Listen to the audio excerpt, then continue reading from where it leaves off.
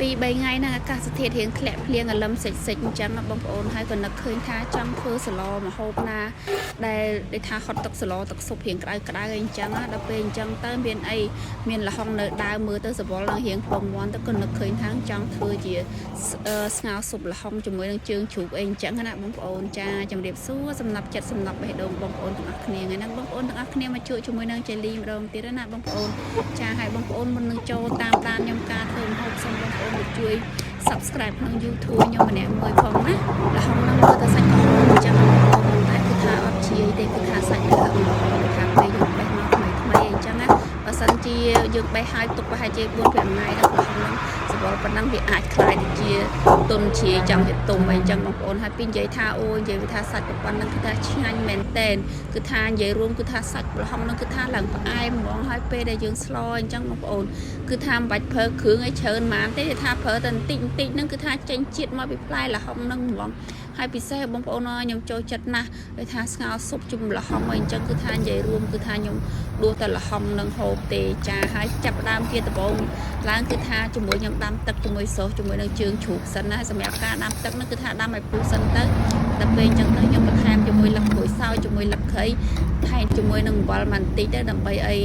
មានជាតិឈ្ងុយជាមួយនឹងជើងជ្រូកហើយណាមួយក៏កាត់ក្លិនឆ្អាបអីអញ្ចឹងហើយពេលដែលយើងយកទៅស្លដូចថាទឹកស្លយើងថ្លាឲ្យមានជាប់ល្អកឈាមអីអញ្ចឹងណាហើយសោះជើងជ្រូកហ្នឹងរយៈពេលប្រហែលជា3នាទីអញ្ចឹងទៅមើលថា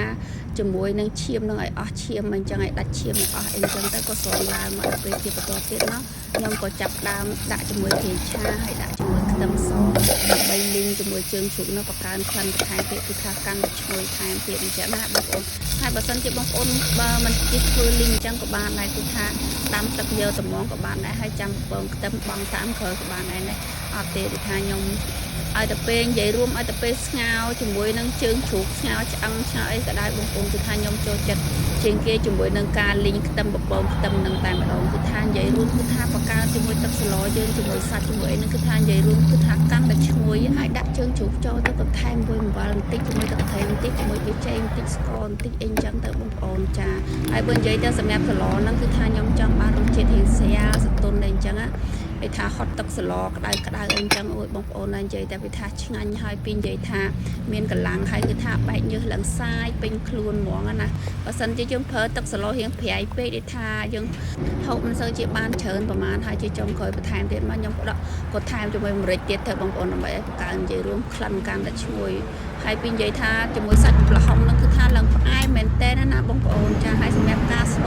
មួយមុខហ្នឹងគឺថាងាយទេបងប្អូនណាគឺថាស្លតែមួយផ្លែហ្នឹងគឺបានហូបហើយថាឲ្យមានរៀងយូរប្រហែលទេដល់ពេលជាចុងក្រោយទៀតមកបន្ថែមជាមួយលឹកខ្ទឹមថែមទៀតនិយាយរួមគឺថាកាន់តែឈ្ងុយចាហើយការ